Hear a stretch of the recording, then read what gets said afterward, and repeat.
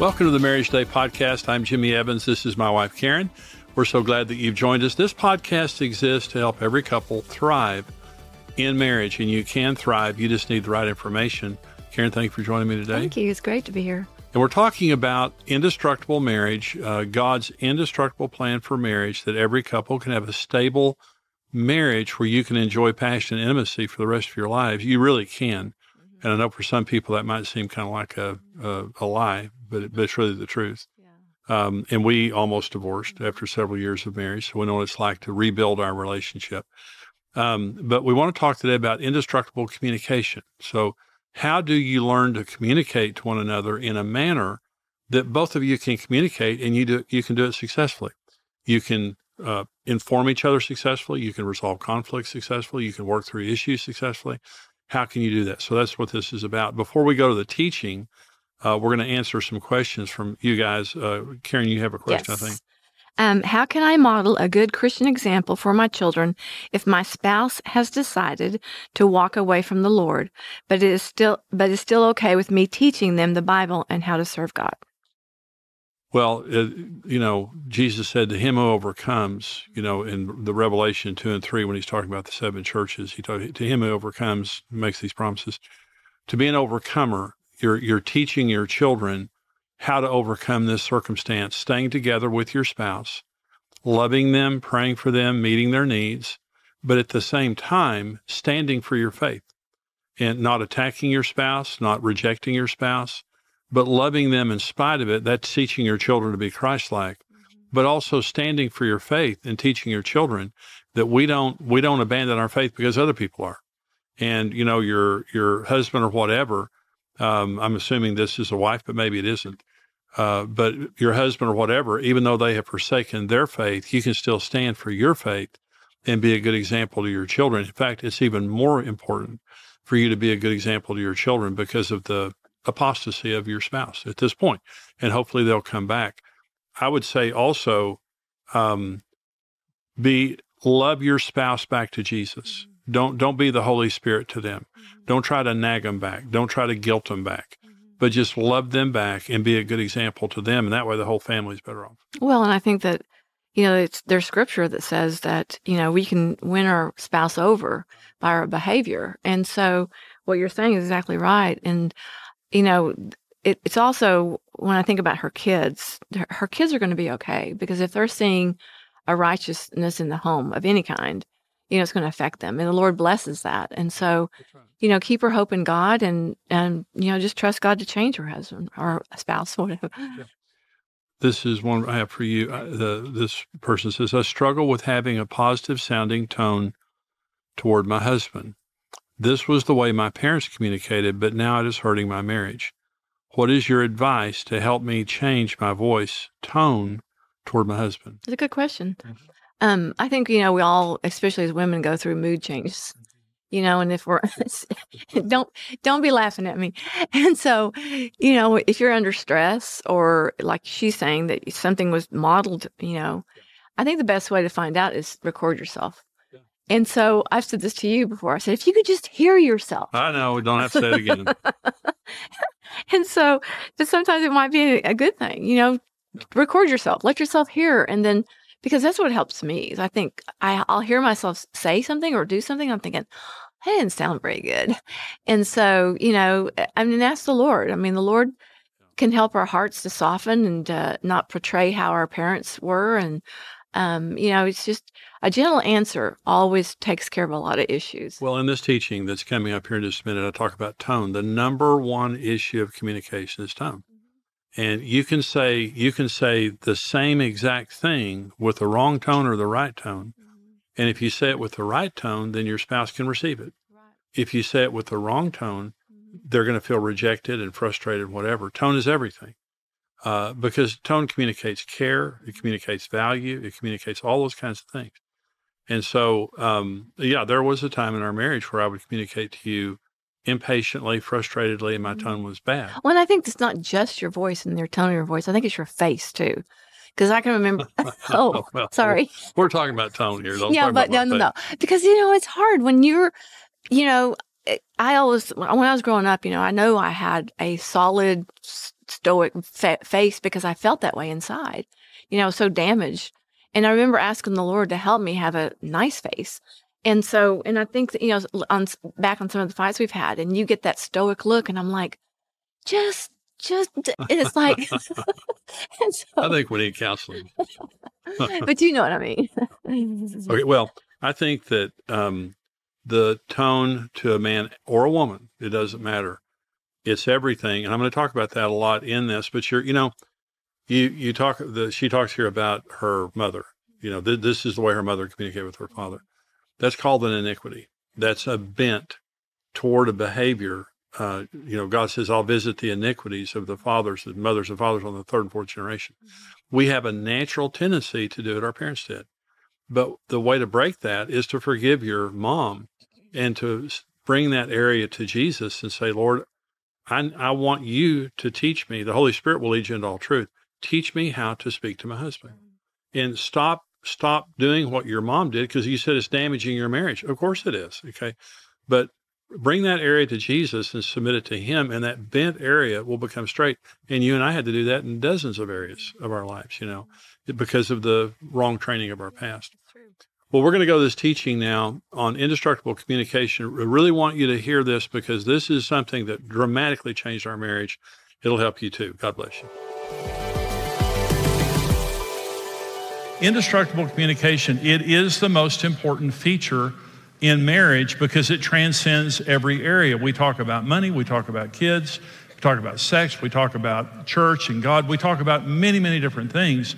86% of people getting divorced say they had deficient communication in their marriage. It's one of the common threads of bad marriages or marriages that are failing. And so the point, though, being not just communication, true intimacy, the prize of marriage is intimacy, is being close. You just simply can't be intimate with your spouse unless you have the ability to communicate. So I'm going to talk about communication. I'm going to begin by talking about why we communicate. Communication in marriage is not just for a reason or two.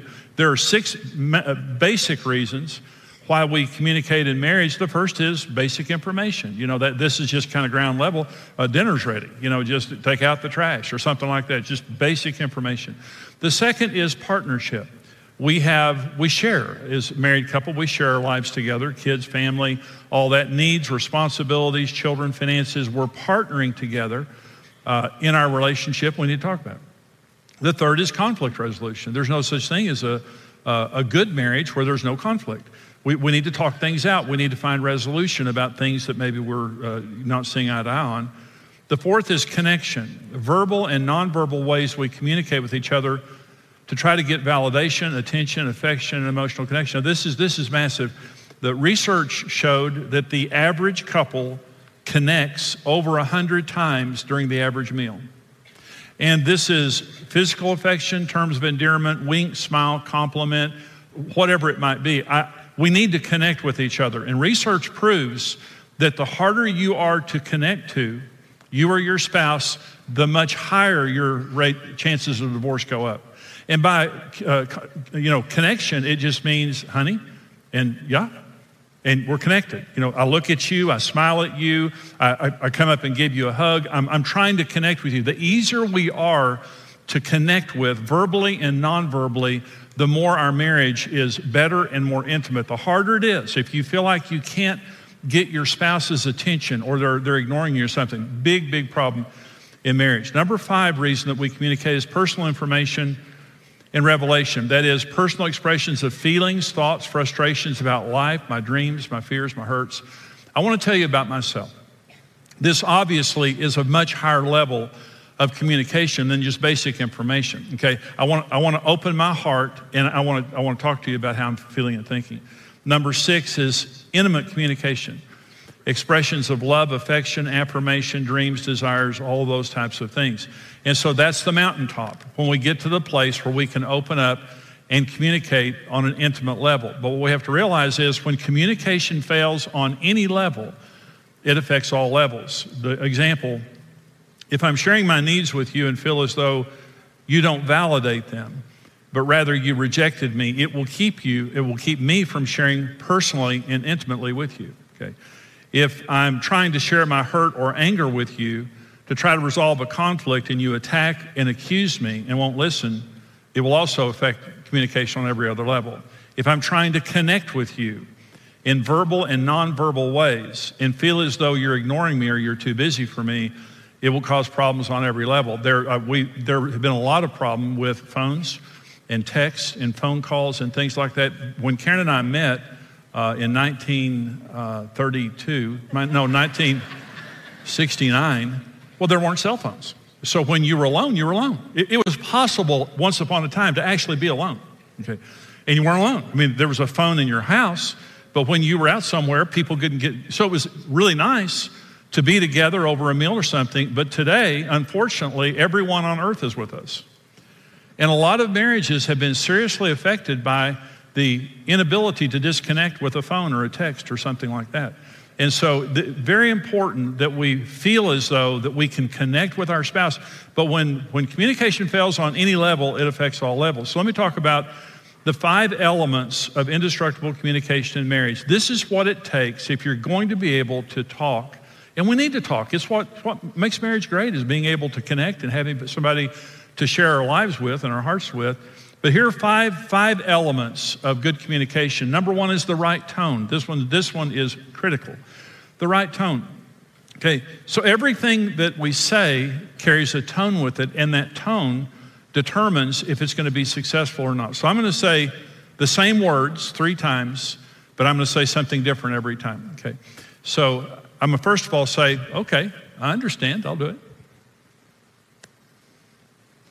going to say it again. Okay, I understand, I'll do it. Say it one more time. Okay, I understand, I'll do it. I said 3 different things. The first time I said it with the right tone. The second time I said it, I was frustrated. The third time I said it, I was angry. The only way that my spouse is going to be able to hear me if I say it the first way. If my tone is wrong, it tanks the communication. Because all communication has a tone to it, and that tone shows if we care or not. Let me say this. It is impossible to communicate with a person who does not care. It's just, have you ever had a waiter or waitress in a restaurant and they come and take your order and then move to Europe? You know, and they're not to be found any longer. They disappear from the face of the earth or something. And then you see them walk back through the room, but they don't want to make eye contact with you. But you want more tea or you want some ketchup or something like that, and they don't care. They just don't care. It is impossible to communicate with a person who doesn't care, and my tone tells you if I care or not. Listen, so Karen says to me, Jimmy, this and this and this, and I respond with, what? I'm put out, I'm frustrated. Well, what I'm telling her is I don't care. But if she says to me, Jimmy, I say, yeah. And I respond with the right tone. My tone says everything. And every tone carries an encrypted message to our spouse that either allows them to hear or not. We hear through our deepest needs. Okay, so a man's deepest need is honor, and a woman's deepest need is security. We have other needs, but those are our mega needs. So let me use a woman as an example. So a woman needs to feel secure. The Bible tells a man to lay down his life for his wife and to nourish her as he would his own body. And so we're supposed to sacrificially care for our wives. And so when you're talking to your wife, it doesn't matter what you're saying. The words, what you're saying doesn't matter. Your tone has to say this to her. You're the most important thing in the world to me.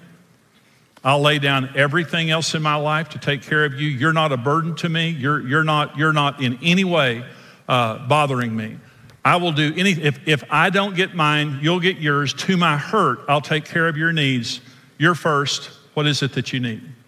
Doesn't matter. You can be talking about the kids. You can be talking about anything. But when she hears a tone coming from you of sacrifice and care, it calms her down and makes her feel secure. Okay. And so if Karen said to me, Jimmy, are you going to play golf? And I said, yeah, you got a problem with that? Oh, the fight just started. But what if she said, Jimmy, you're going to play golf? And I said to her, well, I was thinking about it, but if you need something, you're more important than golf. What is it that you need? It's all good. If she knows that she's first, if she knows that I will sacrificially care for her, she can now hear. Listen, if I communicate insecurity to her, it's like a jamming frequency. Rather than calming her down, all it's going to do is upset her. And my tone is the most important part of that. For a man, when women are communicating with men, you do need to understand we're very sensitive in our egos. And some women say that's just pride. Well, it can be pride, but God made us to where our most important need is respect. And of course, the Bible tells a woman to treat her husband like she would Jesus. That means with great respect. So when you're talking to your husband, it doesn't matter what the subject is. What matters is he can't hear if you're disrespectful. I mean, what is being said to a man is less important to us than how it's being said. The way you talk to us is more important to us than what you're saying. And when you're going to have successful communication, by the way, what I say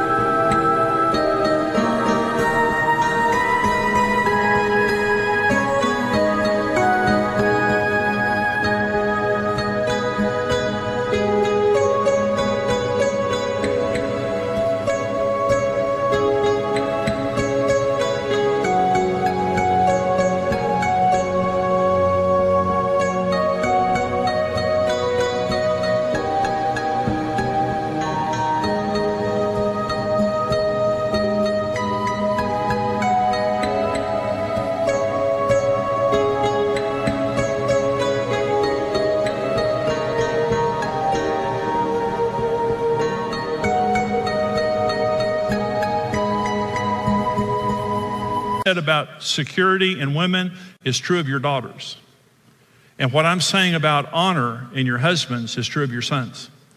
You'll never be able to influence a man or a boy when you're disrespecting him. And whatever you're saying, whatever the conversation is, here's what your husband has to hear. I believe in you. You're a good man.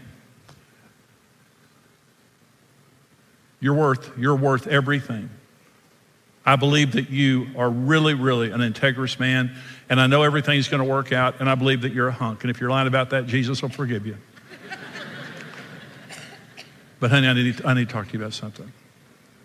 If you talk to your husband and he can, what do you have to say? What do you have to say? We open our hearts. See, women will open their hearts if they feel secure, and men will open their hearts if they feel honored. But you're not going to be able to communicate if you're not communicating on a heart level. You're talking to my head, but my heart's disconnected. So number one, most important issue in communication is tone. Number two is enough time. You have to have enough time to communicate. Well, let me talk about three different types of communication and how much time to allot to that type of communication. Let me first of all talk about proactive communication. And this is not reacting constantly to issues, but just sitting down for 3 to 5 days a year and having a vision retreat, maybe including in that a budget. Budgets are very important. Budgets cause you to make decisions in advance. And the most important issue in a budget is not the numbers on a page. It forces you to deal with your values. What do you value? And when you have to assign dollars to things, it makes you focus on your values. And if your values are not the same, you're going to fight all the time.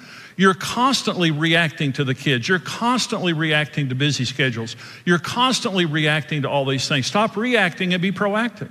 And many people who have bad marriages, they never sit down and talk. They never patiently, proactively talk. And I'm saying 3 to 5 days a year, if you will do this, if you'll make it happen on your calendar, save up for it, find a place for the kids, it will transform your relationship. The second type of communication is personal communication, and this takes 30 to 60 minutes a day.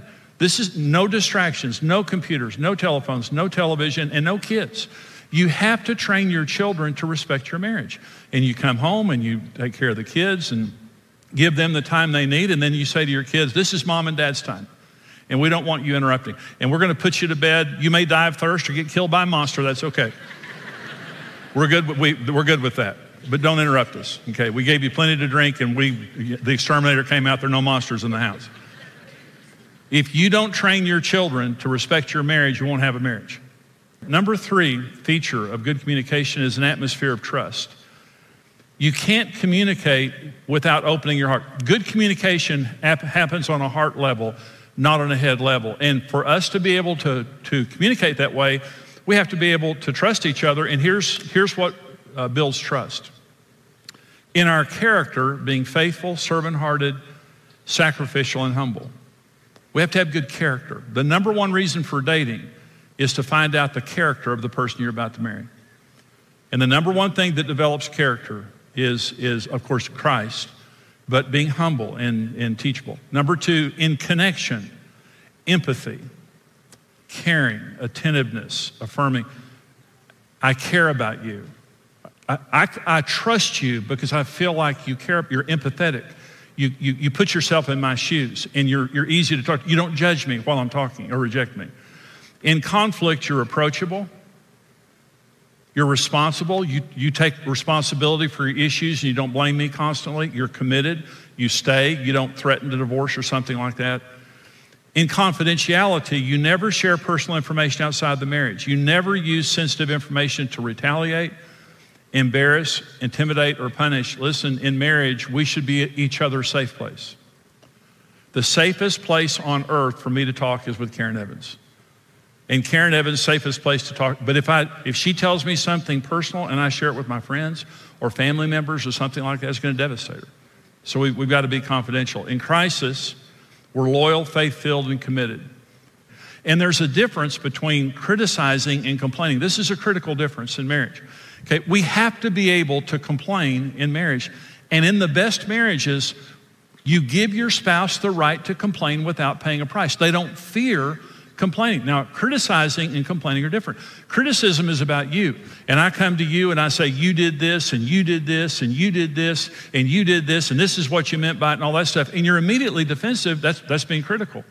But complaining is not about you. Complaining is about me. And complaining, what I'm saying is, honey, you said something to me this morning, and I don't know what you meant by it, because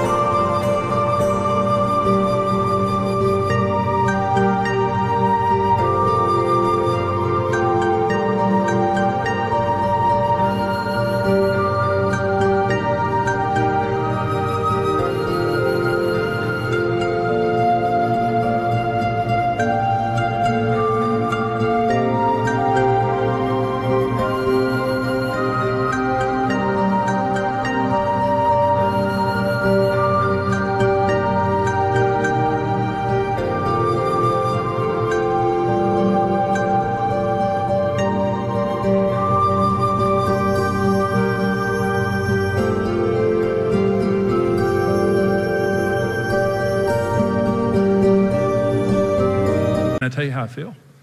I felt like you were trying to get back at me about yesterday, and I'm not saying that's true, but I'm just saying that's, see, when I'm complaining to you and telling you how I feel, you don't feel attacked. And it's going to be very easy for you to say, that's not what happened at all. I was not trying to get you back. And see, you don't have to make your case. All I'm doing is sharing my feelings. But if I come to you judging you and trying to tell you what you meant by that, then it just shuts down communication on all levels. We need to be able to share our truth, okay? I'm not saying this is scriptural truth. I'm just saying it's the way that I feel. And when your spouse shares something like that with you, you need to validate it. Even if you don't agree, what you can say is, well, honey, I don't really understand what you're saying. I don't necessarily agree, but I understand that it's important. And I want to thank you for sharing. The worst marriages are where people pay a price for being truthful. They're the worst. And many times when people come to counseling, they'll say something to me, and I'll say, have you told your spouse that? And they'll say, no, they'd go ballistic. Okay, listen, I want to be the best husband that I can be for Karen Evans. And there's only one way I can do that, and that's information from Karen Evans. And if Karen came to me and complained and said, Jimmy, you're not meeting my needs, and I said to her, yes, I am. Yes, what do you mean? Yeah, what? And I pushed back at her. What's happening? She's going to shut down. And the only way you know you're a good husband is when your wife tells you are. The only way you know you're a good wife is when your husband tells you. And if you're threatened by their information, there's something wrong with you, not them. And we need to be careful in how we share. We need to complain and not criticize. We need to make it about our feelings and not about them. Here's another thing about truth. Grace must precede truth in order for it to be received. Again, according to research, conversations in marriage never rise above the level of the first 3 minutes.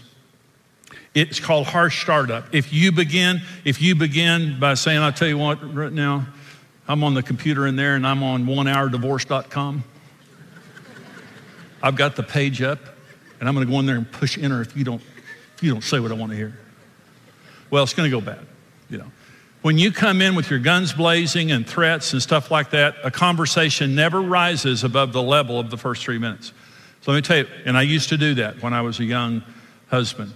Gary Chapman, the author of the 5 Love Languages, wrote a book called Now You're Speaking My Language. And according to his book, there are 4 unhealthy fouls, F-O-W-L-S, birds. 4 unhealthy fouls of communication in marriage. And I think most of us fit naturally within one of these. The first is a dove. I want peace at any price.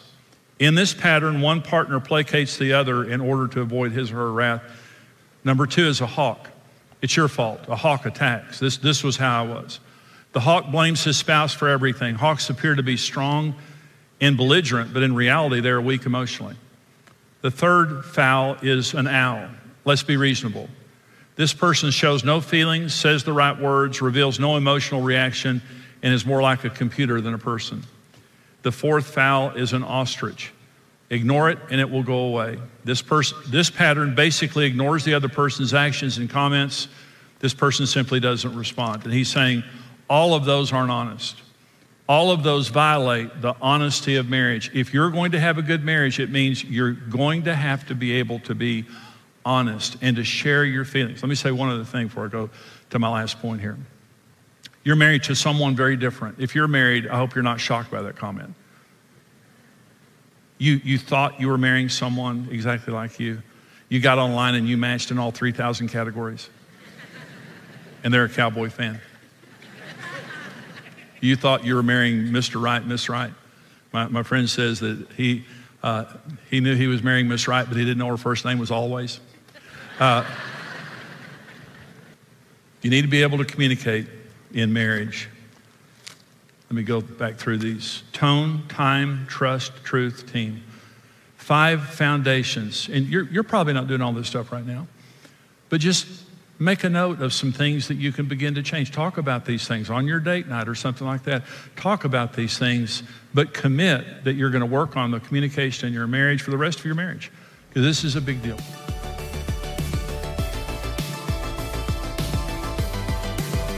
Hey, this is Brent Evans with XO Marriage, and I want to thank you for listening to the Marriage Today podcast.